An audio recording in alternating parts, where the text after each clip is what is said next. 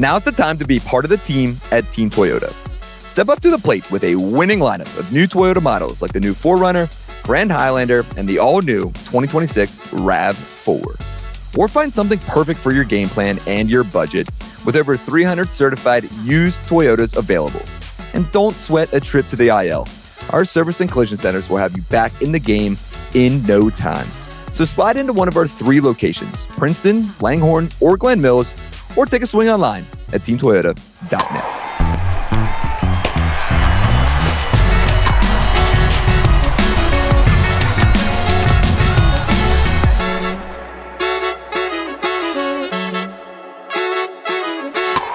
This is Phillies Talk, presented by Team Toyota. I am McKercher, digital video producer here at NBC Sports Philadelphia. That is Sean Kane, the producer of Phillies pre- and post-game live. Sean Kane, happy Friday, my guy. Happy Friday, Spence. Good to see you. Staying warm. We're trying to stay warm. It's a little chilly out there. I get a bunch of flack all the time when I wear this beanie. Mm-hmm. And if you're watching on YouTube, you see it. Yep.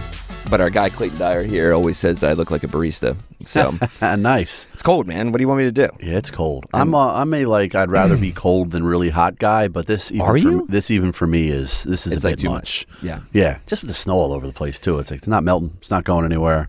It's freezing out there. That was going to be my milk box take today, and kind of off topic start.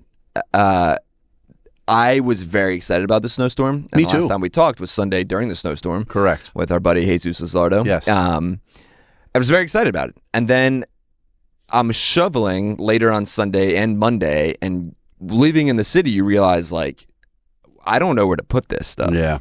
It's either going against the building or it's going in the road, which if it's going in the road, it's got nowhere else to go besides in front of cars or on top of cars. And I had to shove my car out 3 separate times. Jeez. And, I'm kind of done with it. Yeah. Get it out of here. Because I can't find parking anywhere up in... I bet. Those side streets especially, I'm sure, in the city are... Yeah. It's brutal, man. So, and from previous years, right? Yeah, we lived in South Philly, and we lived on one of those small side streets that it's tough to get a plow down there, and all the cars are kind of get stuck in there. So it's a mess. And now out in the suburbs, like, we have the driveway and everything, but I'm a shoveler. Like, I like shoveling generally. But that was a very unpleasant shovel. Monday morning it was. Like Sunday I shoveled first just to kind of get the first little bit up, but then once the ice came down on top of it, like that was rough, man. That was not a good time. It was brutal. Yeah. And like I said, as we mentioned, had a few beers. Yeah. Went out and shoveled, which made it a little more fun. There you go. But yeah, still good time, and hopefully the city can kind of figure that out at some point here, because it is getting to a lengthy point of time where I'm like, all right, ready for the snow to end. Yes. So on that note. But spring training's right around the corner. Holy cow, man. Warm up a little bit. So speaking of, we're getting ready, and we kind of already did. Mm-hmm. We booked our flights. And I can't remember if we talked about it. I think we did on the last podcast. But to our listeners, you will get the Phillies Talk podcast somewhat live, but we will both be down in Clearwater, Florida. Yes, sir. From basically the middle of the week before the first games. Yeah, I'll be down there Tuesday through Friday. Let's go. So we will have, baby. I would think it'd be fair to assume, daily podcasts. There will be daily podcasts. There will be daily podcasts. All the news and notes from spring training from Baycare Ballpark. Let's go, Beautiful baby. Clearwater, FLA. Last time you were down there? Like I said, I went down some good pictures, man. We'll have to share them. It was a different era of Phillies baseball. I was down there every year from 2010 to 13 or 14. So it's been a while. It's been about 12 years. So I was back in the Roy Halladay, Cliff Lee, Chase Utley, Ryan Howard days. So looking forward to getting back down there and getting reacclimated, man. It should be fun. I can't wait, man. I can't wait. And look forward to daily pods from both of us down there at Baycare Ballpark, outside, palm trees, getting away from the snow. Yeah. God, I can't wait, man. I'm very excited for it. But like you mentioned, spring training is just dang near a week away. Yep. It is next week, which is remarkable. I can't believe we're here already. But some news and notes from around the league from the Phillies. And before we get into it, we will have the full one-on-one interview with Rob Thomson coming up here shortly. Looking forward to that. Had a great time with Top. He had a lot to say about a lot of things, and we previewed some of it in the pod 2 pods ago.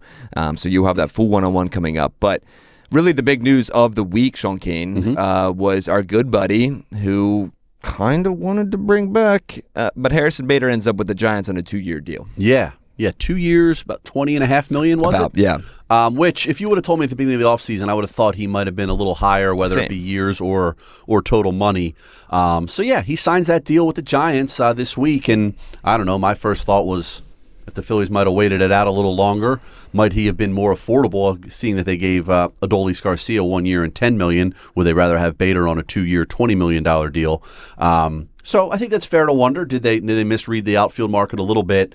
I do think every time we talk about Harrison Bader, I feel the need to mention, like, he is a terrific defensive center fielder, and last year he was a terrific offensive center fielder as well. He hit, in 50 games with the Phillies regular season, I think he hit over 300 with an OPS north of 800, which is outstanding. I don't think it's fair to expect him to do that again. Right. That year was kind of an outlier in his career, and he's a guy that's been around for a while, bounced around several teams. So I get the Phillies being hesitant maybe to commit to him to a 2 or 3 year deal, thinking that, you know, maybe they got the best out of him this past year. So I think that's part of the discussion too. And we'll see. We'll see how he does in San Francisco. We'll see how Justin Crawford does in Philadelphia, and we'll know soon enough whether the Phillies made the right move in letting him go elsewhere. It would have been a great re-addition to having a right-handed power bat in the outfield. And it was funny, I saw a tweet too that, like, he came about 5 feet away from really having that playoff moment. And what was that, game 1 or game 2 against the Dodgers, when he just he thought he had it, the entire ballpark thought he had a home run to left field, and it came about 5 feet short. However, there's a, kind of the outline was last year. Mm-hmm. And I think if you're the Phillies, he was a great addition to this locker room. And he even said, he went on, I don't know if it was a podcast or if it was like his kind of like presser availability after he signed. Right. I think it was a podcast. But he basically said that was the best group of guys that he's ever been around. It fit in well in the clubhouse. Oh, he's a great clubhouse guy. Most professional clubhouse guy.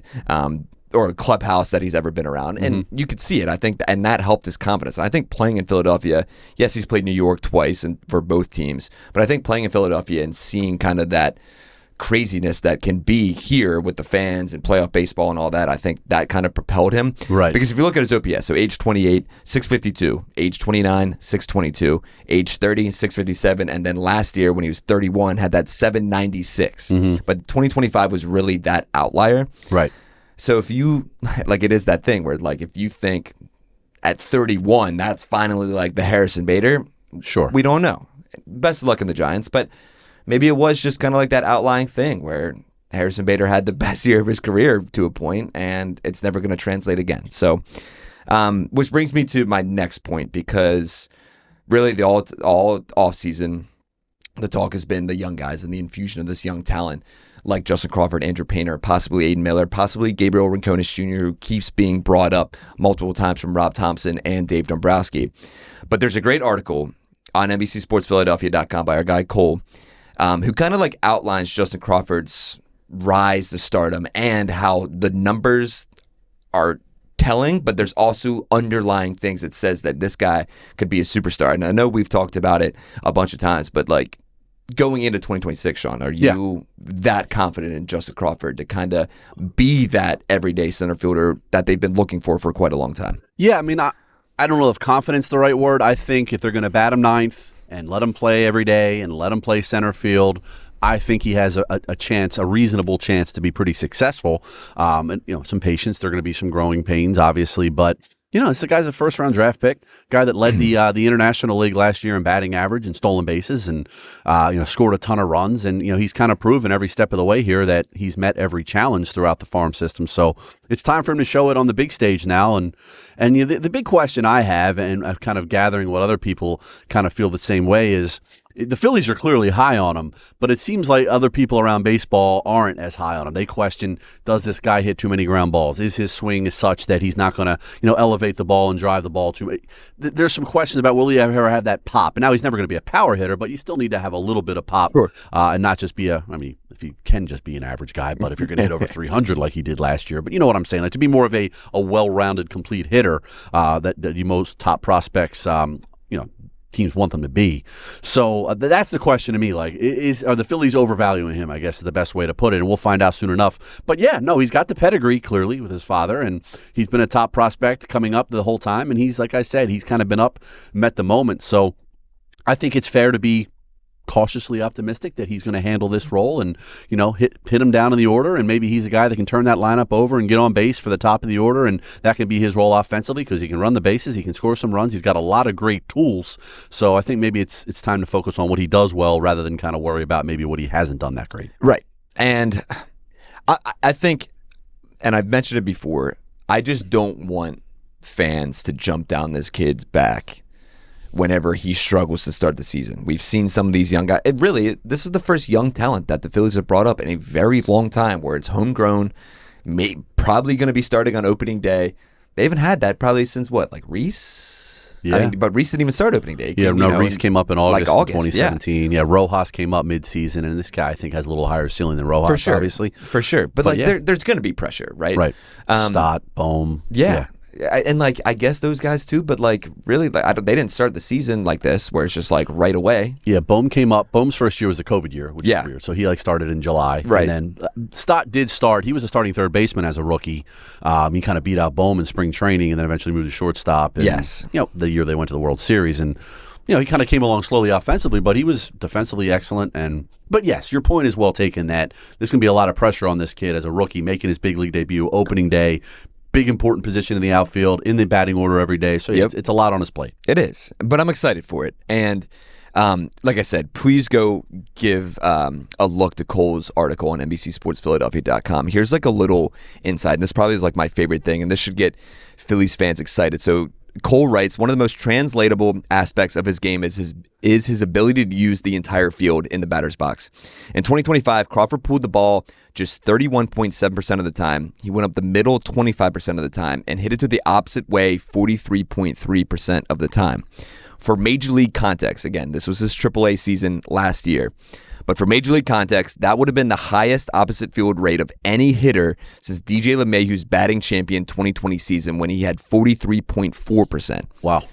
And it would be the highest by a left-handed hitter since batted ball tracking began in 2002. Yeah, that's great. Use the whole field. That's what they want these guys to do. Which would be insane. And especially for a lefty, then this is the only one I want to hit on too. So lefties versus lefties. We know that's a problem for left-handed hitters. Mm-hmm. But Cole writes he's a pest in the batter's box, regardless of the matchup.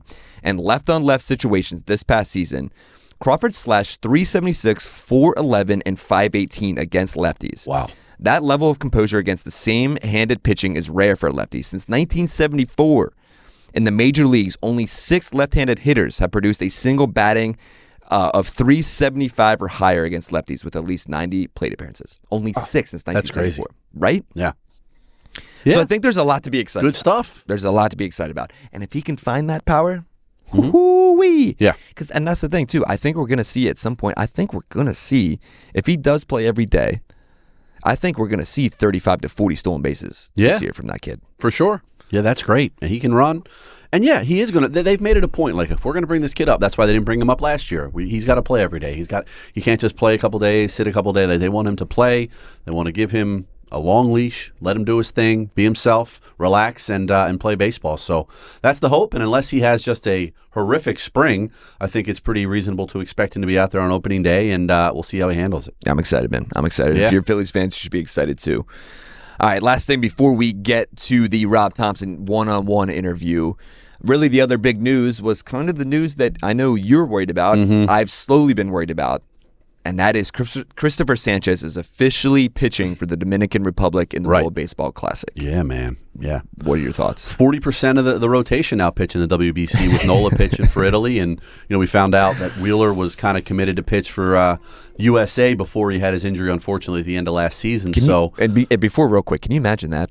Wheeler, Skeen, Skubal coming at you. That'd be a nice little rotation there. Good luck. Good luck. Yeah, no, that'd be cool. I mean, I get it. I get why guys want to pitch. I get why guys want to pitch for Team USA. I get why Cristopher Sanchez wants to pitch for Dominican Republic. I get it.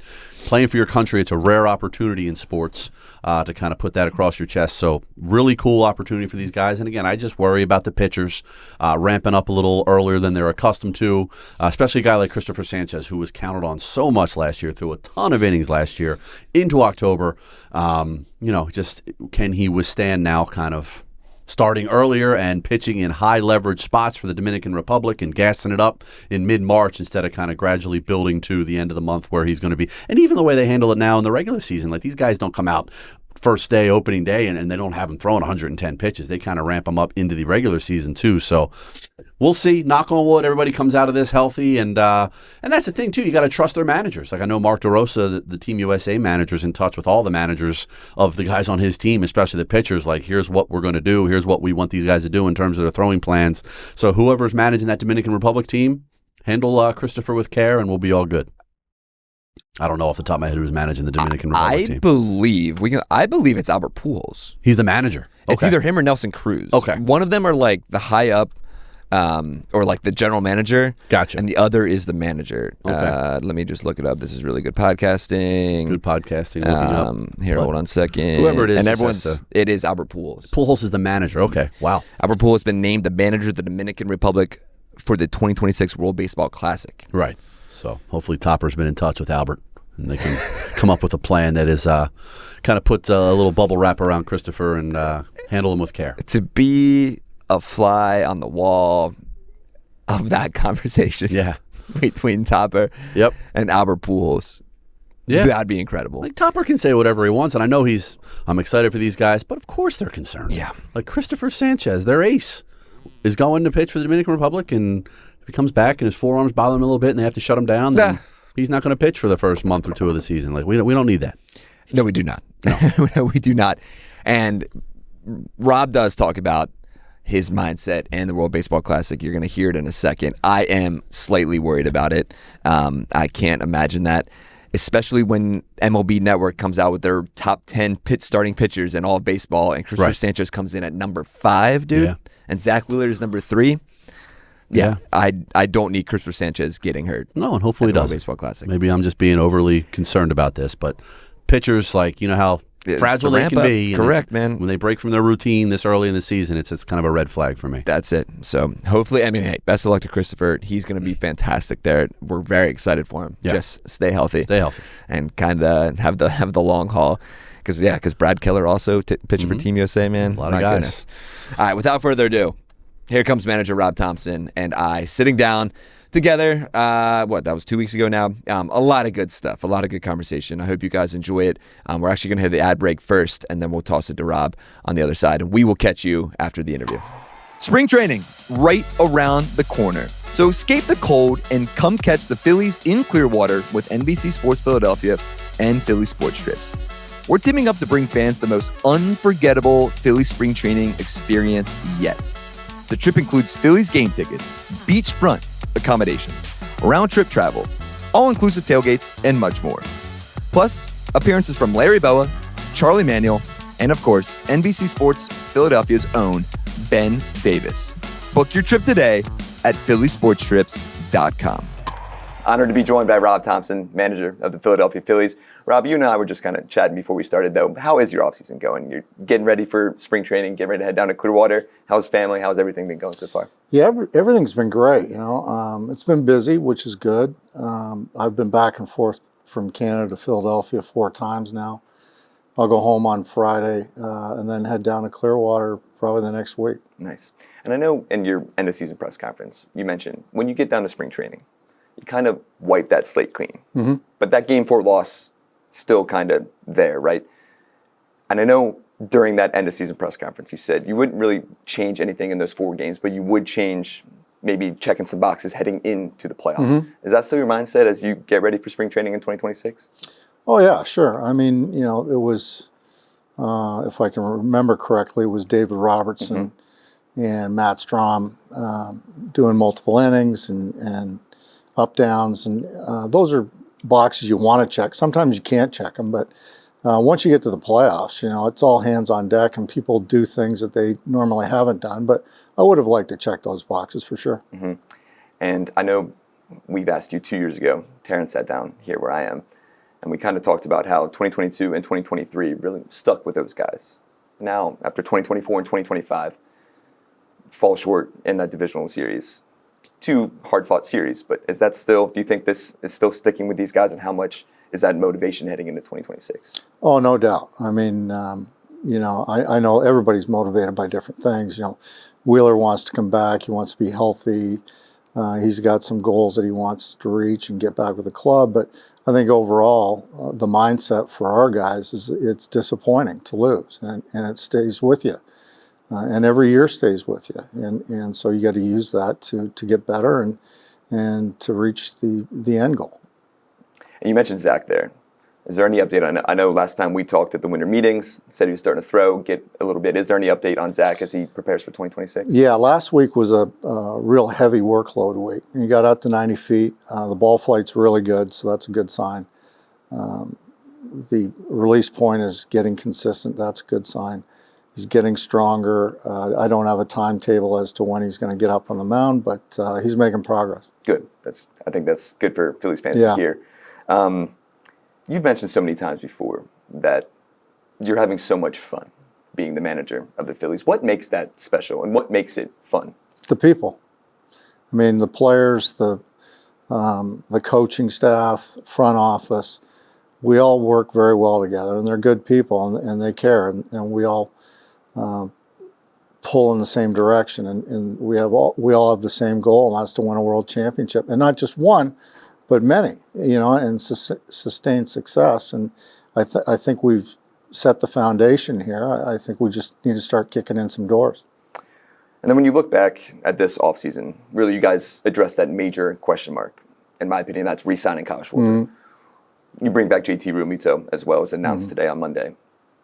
Those two guys, leaders in the clubhouse. But in your opinion, what does that do for the clubhouse? Not only your lineup, but the clubhouse as well, bringing those two back. Yeah, it's huge. Schwarber's the big voice in the clubhouse, and he's the guy that keeps the heartbeat under control. And JT's the guy on the field that keeps the game under control. He runs the game. Obviously, we've talked about his preparation and how he runs the pitching staff, and it's just that would have been a big loss if we had lost JT. And those are things that you can't measure, and he's worth every penny as far as I'm concerned. With you. I think Phillies fans agree with that. Now, the addition of JT and Kyle, more additions, but you lose out on Bo Bichette. Mm-hmm. And I know some of the rumors kind of swirling around is upsetting and all that, but in your opinion, losing out on a guy like Bo Bichette when you guys thought you had the right offer for that, what does that do for your mindset heading into this year? It's disappointing for about 1 minute, and then you got to move on. You can't do anything about it. It's in the past. I always talk about control, or do the things that you can control. Worry about that, and you can't control that, so you got to move on. And I think looking at this year's ball club, I think we've really improved our bullpen with Keller, Jonathan Bolin, Chase Shugart, Kyle Backus from the left side. I think we've got a lot of weapons there, a lot of people to go to, high-end guys. And also, we got a lot of optional guys. Add a new right fielder who we think is going to take a jump back to where he was. We're infusing some youth into the lineup with Crawford and with Painter. We got Otto Kemp, and we got more youth coming. So, I know that people think that we haven't turned the roster over, but we're going to have 5 or 6 new guys on our roster. That's 25% of your roster that you've changed. So, and we're coming off a 96-win season and a division title. So I know that it's frustrating for some people, but I feel really good about it. Good. And that was going to be a perfect lead. My next question was, there's frustrations with the term running it back, and Dave in the winter meeting said he doesn't really like that term. Now, I know you said previously one of your favorite things being a manager is seeing these young guys come up, make their debut, develop into superstars, veterans, but what makes you most excited for this young core, even the Millers, the Crawfords? I know you mentioned Rincones yesterday. What gets you excited for those guys? Well, one, their talent level, but I know these guys too, and I know what the makeup is like and what the intangibles bring. And these guys are pros, and they're going to be really good Philadelphia Phillies. Orion Kirkring, obviously Game 4, and I know afterwards you said check in on him, make sure he's doing well. How is Orion? Have you checked in? How often have you checked in, and how's his ramp up for spring training? I've talked to him a couple of times. He's thrown off the mound now. I don't have any concerns with him. I really don't. I think it's in the past, he understands that it's in the past. It's something that happened, and you got to move on. And he understands that, and I'm expecting good things out of Ryan. And speaking of good things, Dave at his end of season press conference mentioned Bryce really didn't have an elite year. You echoed that by saying you're excited for what 2026 will bring. We saw Bryce wear the not elite shirt on his TikTok and all that. Is that still your mindset? The extra motivation for Bryce is there heading into really what could be an even better season than he had last year? No doubt. I think he's highly motivated. I think that playing in the WBC will be very good for him because he's been hitting for a couple of months now. So he's in great shape. I think he's motivated to win the WBC, and then he'll come into camp and he'll be highly motivated to win a world championship. It's good to hear. Speaking of the World Baseball Classic, I know 3 years ago when really it kind of debuted for the first time in a while, especially in that time in spring training, and you were kind of vocal about losing some of your guys, especially pitchers, and that was Trey's first year. Is that still your same mindset heading into this season? You have Brad Keller, Kyle, Bryce, some of those guys, even Edmundo Sosa going to the World Baseball Classic. Is that still your same mindset of like, it kind of stinks losing them, but you're excited for them to represent their countries? Yeah, exactly. I've represented my country for a couple of tournaments, and it's very exciting, and I'm happy for these guys. I know they're excited, and I think you're always worried about them getting hurt and something happening, but I think it's good for them to get revved up a little bit earlier. They'll start their prep earlier in the off season, and then they get into competition a little bit earlier. So I think at the end of the day, it's good for them. And how cool is it in spring training, get to play Team Canada down in Clearwater? How awesome is that going to be for you? I'm looking forward to it because I love Ernie Witt, the manager of Team Canada. He worked for us with the Phillies, and I know some of the players, and I know Jordan Romano will be there. I'm excited for it. Nice. Last question. Just your message before we get to spring training and before that whole ramp up happens, and then before we know what opening day is going to be here, just your message to Phillies fans to kind of get them ready and get back to 2026 and get back to the playoffs and hopefully have another 90-win plus season. Yeah, I think the biggest thing is that I myself, I'm as transparent as anybody you're going to meet, and I truly believe in this club, and this is a very talented club, and it's got the chance to be sustainable just because of the youth that we've got in really good, high talent youth we've got in our minor league system. So I'm excited for the season. I really am. Nice. Rob, thank you for your time. All right. Appreciate you, man. Thank you very much. Welcome back to Phillies Talk, presented by Team Toyota. Sean Kane over there, Spencer McKercher over here. And Sean Kane, Rob Thomson, man, that was a really cool opportunity. I'm glad we got to do it. I'm glad that I was able and even had the opportunity to sit down with him. So thank you to the Phillies. Thanks to everyone here. Hopefully we have a little bit more of those coming up this season. But a lot of good stuff was said. And just even in the general scheme of things, just Rob Thomson is still, in my opinion, the best manager that the Phillies could have currently. Yeah. And I'm excited for what he can do in the next 2 years. Yeah, great interview, first of all. Well done. That was awesome, man. Sitting down with the skip and talking some ball.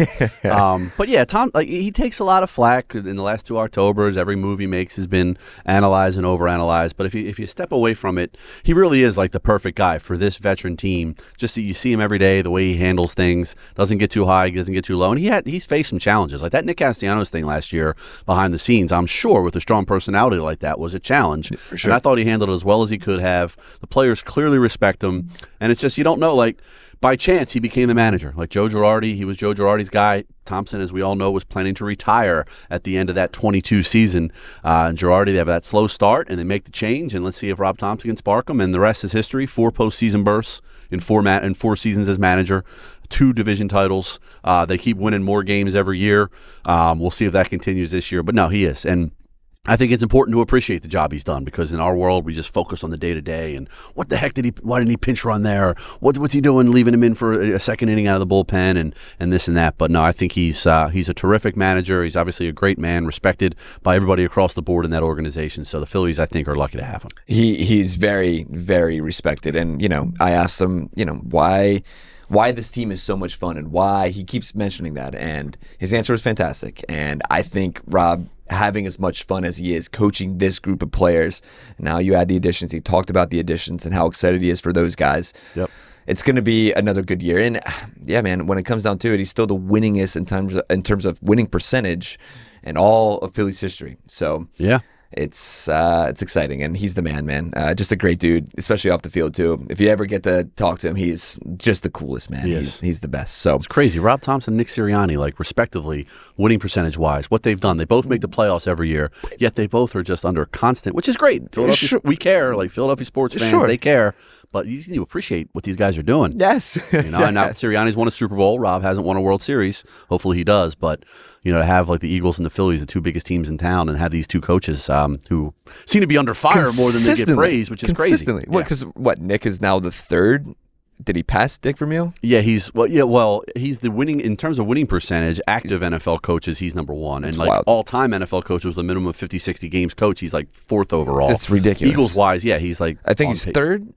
Yeah, he's behind Andy, and then he passed Dick Vermeil. Maybe Greasy Neal is second, I believe. But anyhow, still, what are we doing, man? Yeah, and Topper's winning percentage is insane too. It's ridiculous. Yeah. It's higher than Charlie's, and in a 4-year span or whatever that was. Yeah. So, crazy, man, crazy. Good for him. I'm looking forward to talking with him more down at spring training here shortly. All right, to wrap up, Sean Kane, a lot of NL East chatter here. Yes, the Mets continue to do Mets things. They get Luis Robert, a guy that we talked about a lot, and that the Phillies could have, I believe your words were, hey, a change of scenery here would have been fantastic. Go to somewhere a place where people care, and it's not Chicago, the White Sox, and the Mets are kind of an example of that. They continue to add on. However, we're going to start with Fangraphs first. They released their 2026 projections for, the divisions. And according to Fangraphs, which, is respected amongst the baseball realm, right? It has the Philadelphia Phillies winning the National League East with 91 wins, beating the New York Mets by 2 games. 91-71, the Mets 89-73, and the Braves coming in 5 games back of the Phillies, just 3 games back of the Mets at 86-76. Okay. How you feeling? I think that's pretty accurate. Like, I would be pleasantly surprised if the Phillies win 96 or more games again this year. Like, I feel like they're in that low 90s range, so I think that's accurate, and I do think the division will be a little more tightly contested. Like it was, the Phillies and Mets are going back and forth, but if you remember, once we got to late August, September, the Phillies... That was insane. The Mets couldn't win a game, the Phillies didn't lose, and all of a sudden they're clinching on like September 15th with a 12 or 13 game lead. I don't think they're going to win the division by double digits again. I think they should be considered the favorites to win the division again. But the Mets and the Braves, I think, will be right there, and I think this kind of gets a little more dicey into late September, and it's a little more tightly contested. But no, I like that. I like what Fangraphs says with the wins, and I think it's fair to expect them to. They're the champs, so until somebody beats them, expect them to win it again. And then vice versa on FanDuel, the Phillies are currently third, right, in the projections. Third best odds to win the division. The third best odds. The Mets first, the Braves second, the Phillies not far behind. It's pretty tightly close. Yep. Yeah, I think I'm with you. I think they win the division for the third straight year. Yeah. The Mets are going to have growing pains with all this new talent. Yes, they're going to be good. Don't get me wrong. Their starting rotation, they get Freddie Peralta as well. We didn't even mention that. Good Lord. That's big. But they still, don't worry, man. I could come back, and I'm sure someone in the Mets world will see this and clip it off and save it for, September. Right. But I'm not worried about them. And the Braves, we've mentioned it before, they've had a sneaky good offseason. And they still have Ronald Acuna, Ozzie Albies, Matt Olson. Like, they're not going anywhere. Spencer Strider, who took a step back. Who knows what this Braves team could be in 2026. But again, it comes down to the talent that is on this team. And it's funny, somebody here that works here, a guy Sketch, he came up to me and was like, how you feeling? He's the man, dude. Great dude. That is his first name. Sketch Morton. Crazy. Great dude, though. Sketch on to explain his name. It dates back to the founding fathers, which is just insane. Yeah. We should have him on, and that could be like our off topic. I think it's sidetracked. That could be our off topic start. Yes. That'd be great. Yep.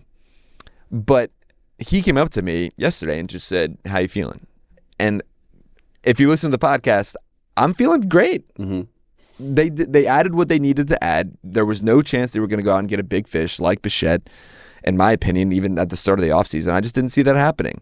Because what they did, and I'm standing on my milk box again, you brought all this talent in already. You have Trey Turner, Kyle Schwarber, Bryce Harper, Zach Wheeler, Aaron Nola, Cristopher Sanchez, Jesus Luzardo, like JT. Like it goes. Bryce Stott, Alec Boehm, like these guys that are homegrown talent. Yep. That have to get the job done. They are still one of the best rosters in all of baseball. No doubt. They're probably behind the Mets and the Dodgers at this point now because whatever they're doing is ridiculous. But it's still, you have some of the best talent in the entire world. Right. Get the job done. These guys have to get the job done. Yeah. It starts with them. You can't just keep spending money and going out. And yes, you maybe could have improved the infield by getting rid of somebody or some players. Nick Castellanos is still on the roster. I don't expect that to be a thing by the time next week rolls around. Right. Just get the job done, man. Yeah. You've won 94, 95 games. You've won the division back-to-back years. It's a good baseball team. It is, and you know what you're getting with them. Like, you know what you're getting for better or for worse, which I think that separates them from the other two teams in the division, two leading candidates to usurp them as division champions. The Mets, you kind of referenced that. A lot of talented pieces, but it's got to come together, and we'll see how it comes together because they lost a lot of guys that were like the backbone of what they were. Their whole organization. Like McNeil and Nimmo, and obviously Alonso. Those three guys are like guys you think of as like lifelong Mets. So losing those guys isn't nothing. And the Braves, you just referenced all those guys. You listed all those guys. But half of those guys you just listed are dealing and have dealt with like major injuries. And that's always the key with Atlanta. Are they going to be healthy? Is Acuna? He's had 2 major injuries in the last 3 years. Spencer Strider, major injuries. Austin Riley missed like the last 2 months of last season with a serious injury. So Albies too. Yeah, Albies too. I mean, Olsen's really the only one that plays which is nuts. So, but yes, if they all come together and stay healthy, you could see a year like they put up back in 22-23 when they were running away with the division. So a lot of talent, but the Phillies, to me, are the most surefire. You know what they are. You know who they are. They win a lot of games, and people can get frustrated about October, but they've won a lot of regular season baseball games these last 4 years. Just get it done, man. Yeah. And people are going to get all pissed off. That's fine. We're beating a dead horse. But, that's how I feel. What are they going to do? Yeah. There's still, we've mentioned it. There's one thing that we didn't hit is that there's still starting rotation depth that they could go get. And I still have a feeling they're going to do something like that, whether it's a trade or it's a free agent that's still out there. I still think they're going to get some starting pitching depth. Will not surprise me if in the next 2 names weeks, out there. There's a lot of names still out there. And February is here, dude. Yeah. It's here. So there's still some work to do. We don't know. Dave, we've seen Dave a bunch of stuff. And, it is GM talk where he's like, oh, yeah, we're done. We're happy with the club. Yeah, I think that's GM talk. We're content with where we are. I like our club. Yeah. Did you see the one where it was like... He had the club sandwich. Yeah. It's a good club.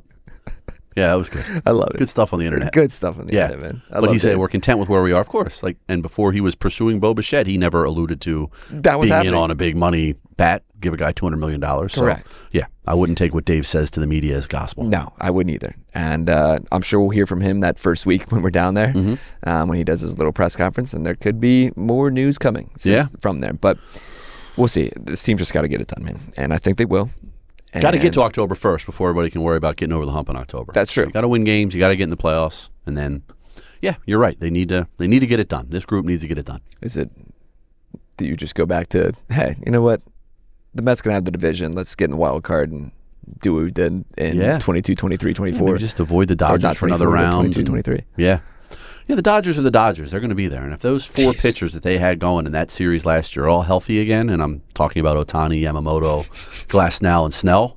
And Snell news just came out today that he's not going to be ready for opening day because he pitched so far in October. But here we go. But yeah, if those 4 guys are there, then good luck. And the Phillies, and you forget that series, they lost in 4 games, but there are 3 losses in that series were combined 5 runs, I think. So they were in maybe those less games. than that. I think the only blowout in that series was the game they won. Yep. Nobody wants to hear this. I realize we want to win the World Series, but to me, losing a tightly contested NLDS to the Dodgers shouldn't be grounds for blowing up the whole organization. But thank you.